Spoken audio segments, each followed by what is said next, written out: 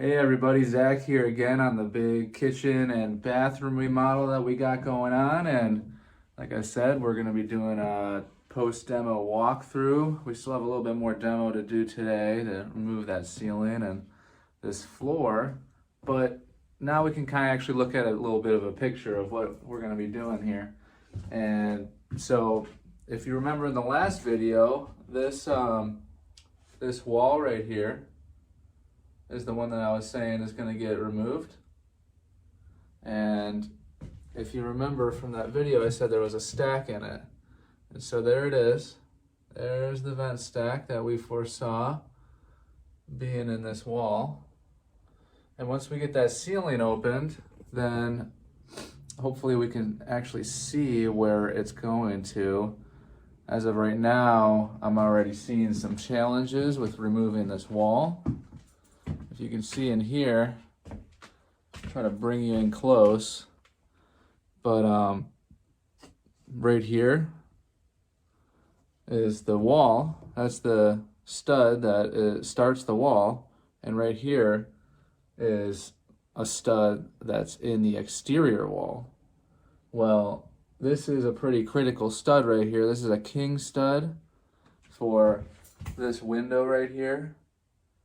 And for us to get this plumbing stack right here in this wall, I might potentially have to move this piece. Hopefully I don't have to. Hopefully once we get the floor open, I can just shift it over into the wall and up. But we'll find that out once we start doing a little bit more demo. And then this electrical panel that we talked about, this panel is going to be going all the way over in that wall right there. And so we've got to move all these wires. And again, because we don't have the ceiling out, don't really know what the wires are doing. I know down here that they got some kind of rigged up system here. They have a junction box.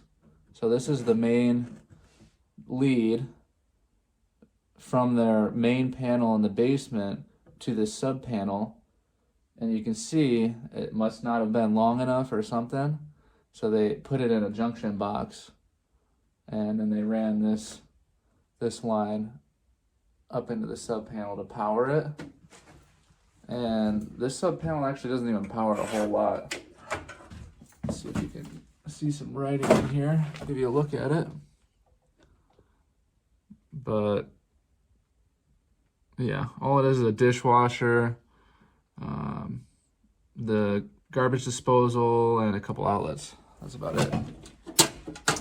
But we're going to use that for quite a bit more. We're going to try to use this panel box for most of this kitchen and bathroom, so that we're not running wires like crazy up and down from because this is on the second floor, all the way down to the basement, and there's a tenant on the first floor. So be kind of a challenge running all those wires constantly through there.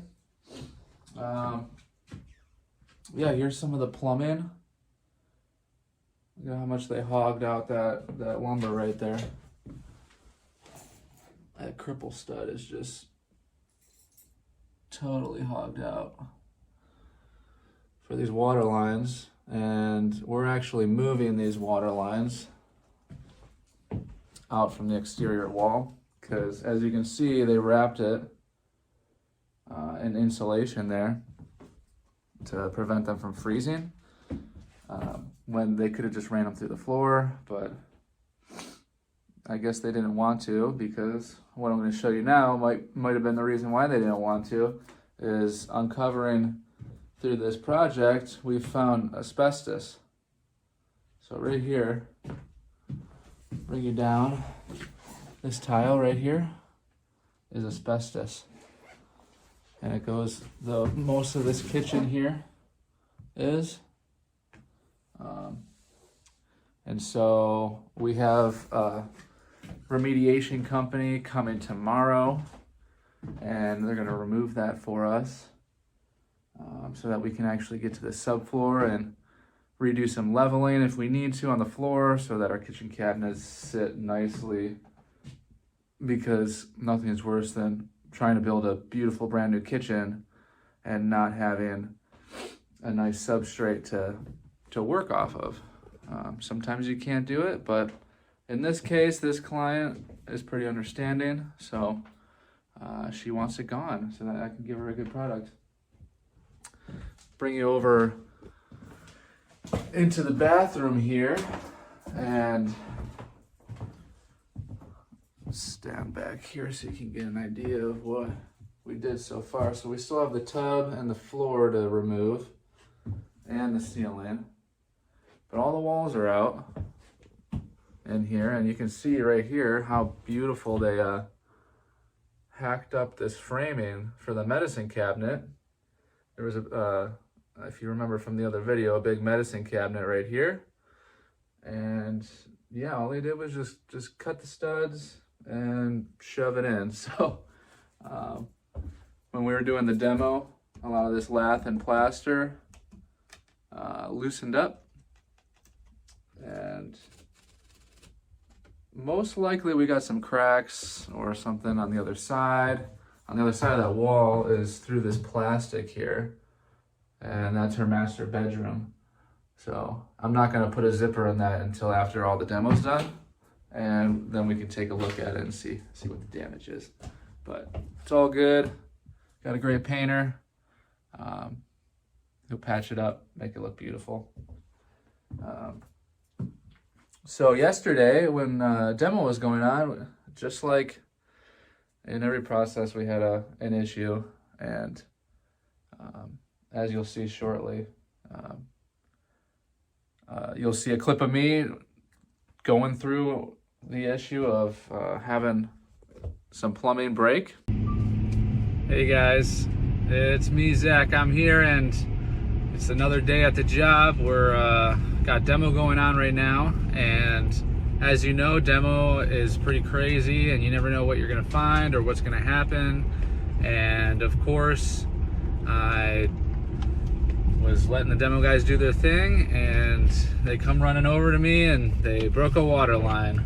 And that's pretty common thing to happen, especially in these old homes. You just never know what's back there. So many people piece things together, and that's what happened here. We had some brass pipe, and they scabbed it together 10 different times with copper and whatever pieces they had. And one of the spots was just a rusty connection. Actually, both the hot and the cold line in the exact same connection broke off. And this is the piece I have right here that I unthreaded from. I was able to cut one of the water lines back to copper and put a shark bite on it for the time being, but unfortunately this piece has brass all the way into the attic, into a space that I can't get to.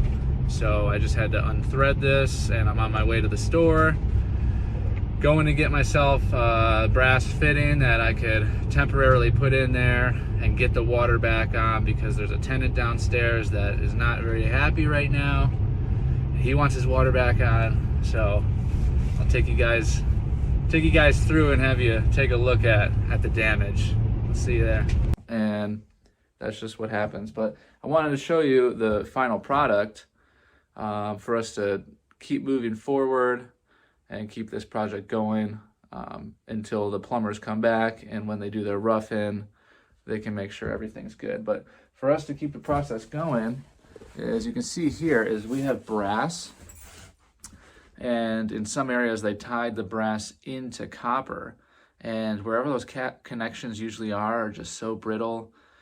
Brass is pretty old in these homes, and the threads on them are a fine thread, and it's really thin metal right at the threads, so usually that's where it breaks off. You try to undo the threads on these pipes, and they'll crack right off. And so that's what happened right here. Bring you in on this. Both of them, the hot and the cold supply line, both of them snapped off right here and started pouring water down this cavity in the wall. And so the apartment downstairs is completely identical to this one, and so it was pouring right down the wall behind their medicine cabinet and the vanity, and then it just poured all the way straight down into the basement, which is an unfinished basement, luckily. But a little bit of water did get through the medicine cabinet, the bottom of it, and onto the tenant downstairs vanity. Hopefully no really big issues come of that. I think we're fine. Kind of got away pretty good on that one. But anyways, here is where I had to unthread this line back to this elbow here. And I had to put a cap in it.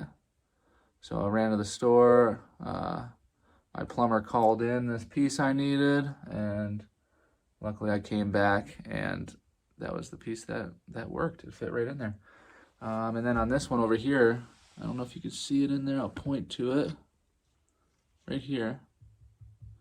I was able to cut the other water line, the cold supply line, back to where copper was, and then just put a shark bite on the copper for the time being. So we were able to get through that little bit of a disaster. Wasn't too bad. Did take up 2 hours of my day, but you know what? It's all right. We're still moving forward. Everything's good. Could have been a lot worse. So today's gonna be exciting. I'll be able to get this tub out, all this tile, see what the floor system's doing in here. I'm really excited to see these ceilings.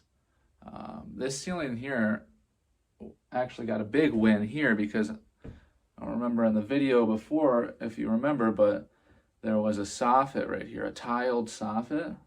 And I was really concerned about there being either some plumbing ran through there, some electrical wires at least ran through there, or some sort of duct work or something run through there. And there was absolutely nothing in there, which is a complete shocker. So that's another win right there. We'll take it, but I do want to see what the ceiling holds. I do know that this vent, this is a bath fan, light fan combo, and it vents to nothing, which is not that uncommon. A lot of people just shove it in there and let it vent into the ceiling or the attic or wherever and just call it a day. And that's what happened here. There's no vent on the exterior wall anywhere, and there's no vent in the roof. So that's going to be part of this process that I want to see is because I know there's a finished attic upstairs and only part of it's finished. So I might have to go into a crawl space to get to something. Hopefully I can just access everything I need right from this bathroom, and that will be good. But just wanted to take you around and show you a couple things that I've noticed that are gonna kind of change the scope of my work, because I'll be doing the framing on this project, and I'll be doing the finished carpentry, basically all the carpentry tasks I will be doing. And one thing I noticed so far is this window here, as you can see, is luckily there's a beam that runs across this window, but take you right up in here to look at it. Right there, you can see it's just notched, like barely on the stud. And I'm concerned that that's gonna fail me when the building inspector comes in here. That's not supporting enough of a load for this big span. Anything over 4 feet, you're supposed to have a double jack stud, at least where I am. I'm pretty sure that's all over the country here in America. But this is kind of a concern on this side because I'm gonna have to basically remove this stud right here, all these cripples up top, these little ones, this beam that runs all the way across here, and this stud as well, right here. And just basically rebuild this. Well, even look at that, I didn't even really notice this, but let's bring you up in here. If you can see this, look at that. Look at how big that gap is, and it's all sitting a little tiny, maybe 1/2 of an inch. And that's being generous. It's probably more like 3/8 of an inch. So, Unfortunately, you try to give people, like I've said in the past video, good scope of work and tell them what the price is going to be. If everything goes as planned, you try to account for some variables, but this is something I just wanted to know. And so I'll have to go back to the client and say that we got to do this right.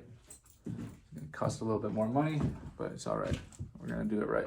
Same thing on this window. This is an exterior wall, and this is just a single 2x4 header, and it's actually not even bearing on anything.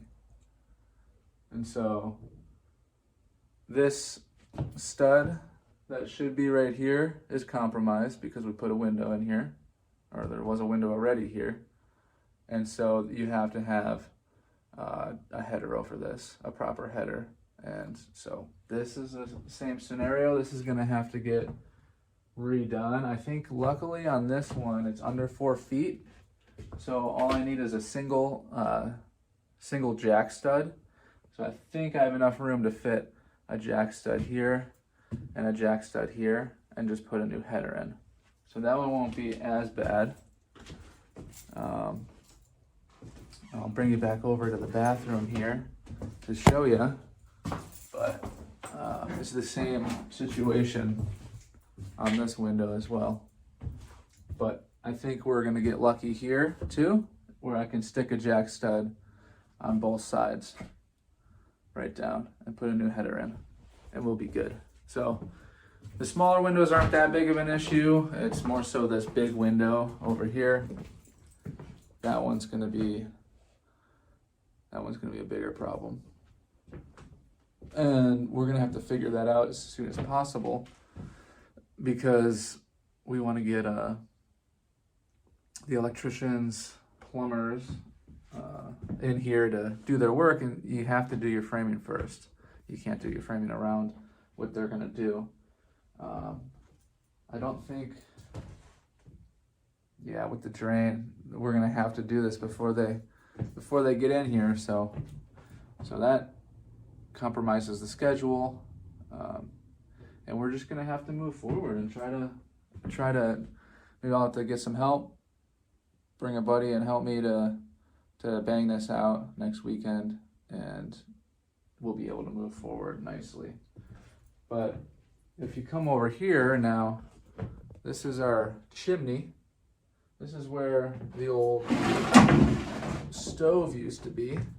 Right there, there's the gas line, if you remember. I showed you that was capped off by the plumbers.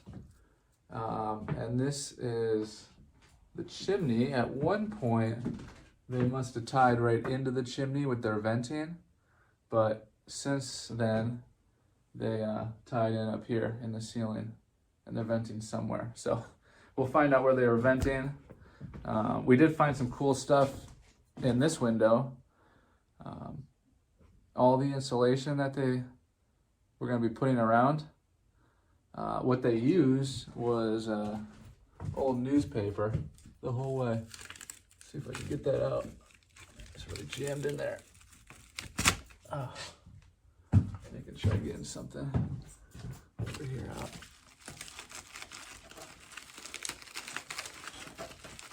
Oh, there we go. Let's see what we got here. We got a crossword puzzle. Oh my God. Well, can't really get it apart, but the one newspaper I found was from the 1950s. I think it was 1958. So sounds about right. We got the laminate floor. There was cabinet. It was like a Formica countertop and some kind of cheaper cabinets. So sounds about right for the 1950s. Makes sense. Yeah, but we'll have to insulate all this stuff properly. We got a company coming out who's doing our insulation that will spray everything. They're gonna spray it all. Even though this isn't an exterior wall here, there is a stairwell that goes down, and that's the exterior wall. We're not touching that wall. So part of the scope is we're gonna spray this wall. We're gonna spray this wall, spray this little wall right here, and this door that goes in we're gonna have to figure out some sort of weatherproofing for that. Hopefully, maybe it'll just be some weather stripping on the bottom, but who knows. I think somebody must be awake. Oh, look at that. I'm gonna have to get a cap for that. Remember when you were a kid and you did that, like, or talked into a fan? That's kind of what that's like. Yeah, I'm gonna have to get a cap for that. That's gonna be an issue. All right, well, there's part of my day. This is part of the construction process. Figuring this stuff out. Comes at you day by day sometimes. But yeah, show you at the end of the day today the progress with the ceiling, and we'll pan to that right now.